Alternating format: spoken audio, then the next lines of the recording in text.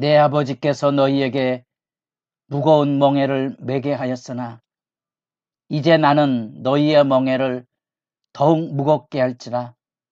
내 아버지는 채찍으로 너희를 징계하였으나 나는 전갈 채찍으로 너희를 징계하리라 하소서. 거룩한 새벽의 기도자 여러분, 생명의 말씀 앞에 하늘 진리의 지혜로 이 어두운 세대 믿음을 정결히 지켜가는 일에 하나님의 말씀의 교훈이 늘 새롭기를 소망합니다.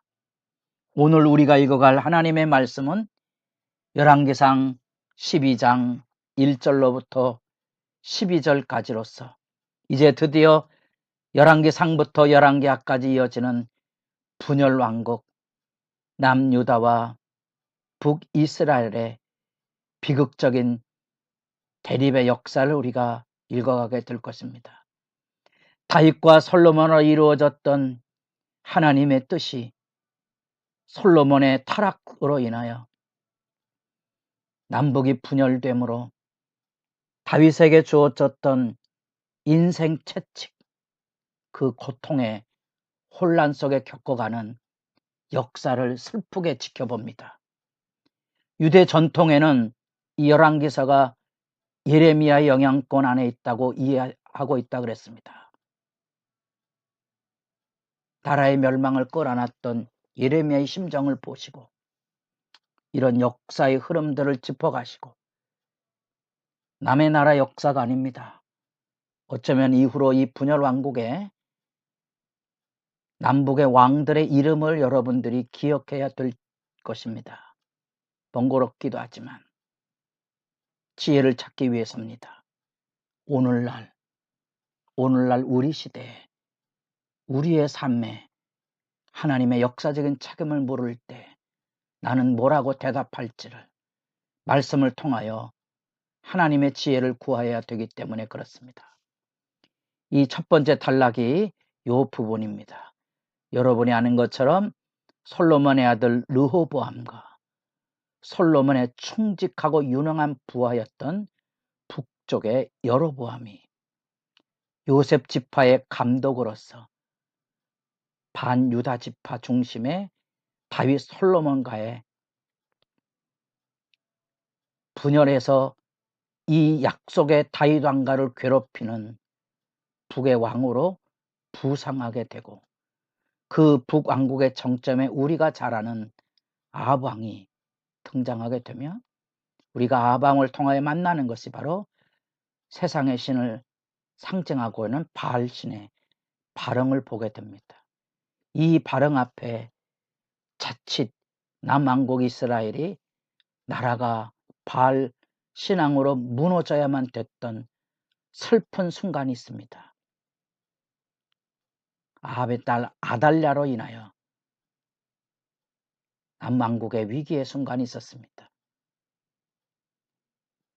그 이후에 이제 분열왕국으로 떨어진 장면들을 보게 되는데 우리는 이 이스라엘의 분열 속에서 언약의 심판이 있죠.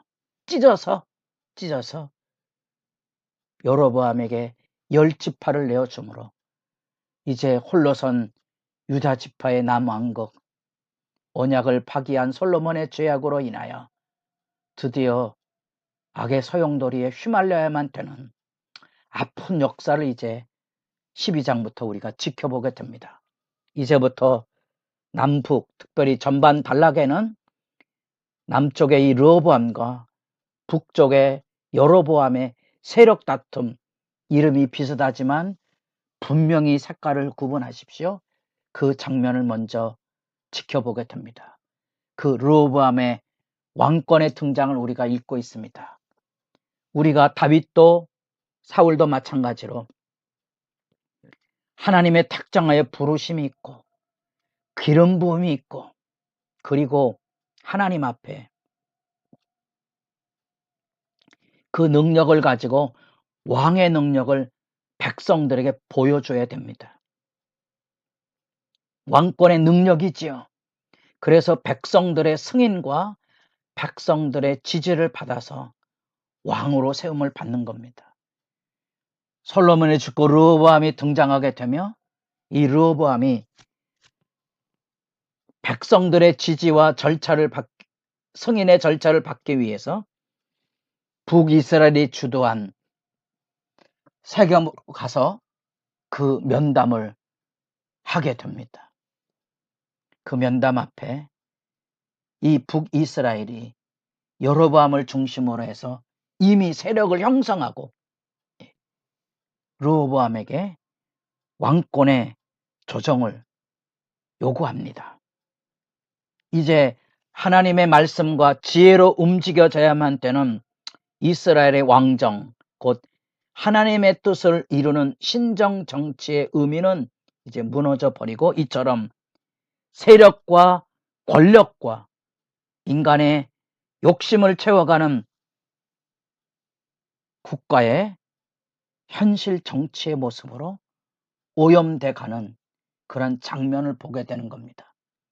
이 여로보암을 중심으로 해서 북이스라엘 백성들이 이 르호보암의 왕으로서의 승인과 절차의 조건을 걷는데 아버지 솔로몬 시대 때 부과되었던 과중한 세금과 유다 지파와 예루살렘을 중심으로 한 특혜, 그런 행정 절차에 대한 시정과 더불어 과중한 부역, 노동으로부터의 경감을 요구하고 있는 장면을 만나보게 됩니다.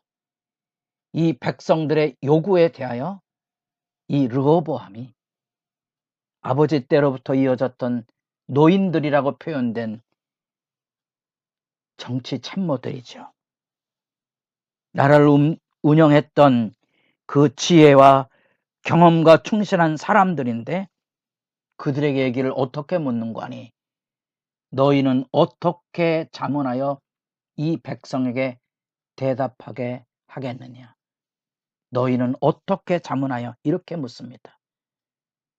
원로들의 이야기를 듣고자 했던 거지요.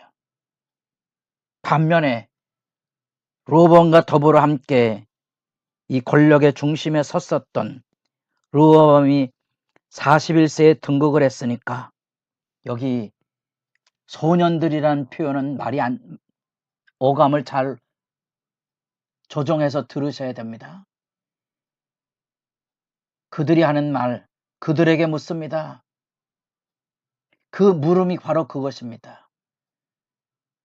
함께 자라난 소년들이 왕께 하라되 이 백성들이 왕께 하라기를 왕의 부친이 우리의 멍에를 무겁게 하였으나 왕은 우리를 위하여 가볍게 하라. 우리를 위하여 벌써부터 우리가 등장합니다. 우리를 위하여 우리 하나님이 아닙니다. 백성들은 안중에 없습니다. 우리 권력과 우리 힘과 우리가 가지고 있는 이 세력에 대한 이야기를 하고 있는 겁니다. 그래서 힘의 과실을 통하여 세력 정치를 하고 있는 선택을 조건을 들어서 이 르호보암이 그들의 견해에 귀를 기울이게 됩니다. 왕의 새끼손가락이 아버지 솔로몬의 허리보다 굵다. 이건 능력에 대한 아첨이지요. 한껏 만영을 부풀리고 있는 것과 세금과 부역을 경감하는 대신 오히려 가중시켜서 다시는 그런 소리를 내뱉지 못하도록 힘의 정치, 권력의 지배 압제를 지혜라고 조언을 하고 있습니다. 마치 애굽의 바로 왕의 권력 정치를 닮아가고 있는 거지요. 그리고 아예 공갈 협박까지 합니다. 솔로몬은 채찍으로 너희를 징계하였으나 나는 정갈 채찍으로 너희를 징계할 것이다. 무력 전치에 대한 으름장을 그들이 조언하고 있다는 겁니다. 무서운 이야기죠. 하나님의 말씀을 떠나면 약이 되는 현실적인 혼란을 자초하는 힘의 창략이고 마귀의 계략이지요.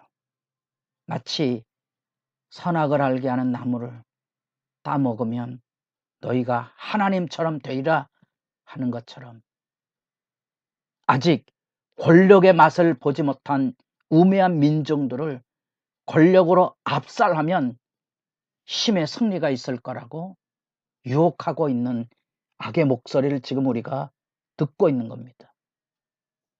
그래서 선지자 예고와 더불어 드러났던 북이스라엘 세력과 더불어 이제부터는 여기 하나님의 말씀과 언약에 대한 순종을 백성들에 대한 섬김의 지혜를 가져야 될 이 권력이 권력 숭배의 게임의 장이 되고 권력이 사욕을 위하여 자기들의 이권과 자기들의 이익을 위하여 자기들의 편리를 위하여 의와 정당한 절차를 무시하고 압제를 일삼는 권력 게임의 장이 되고 맙니다.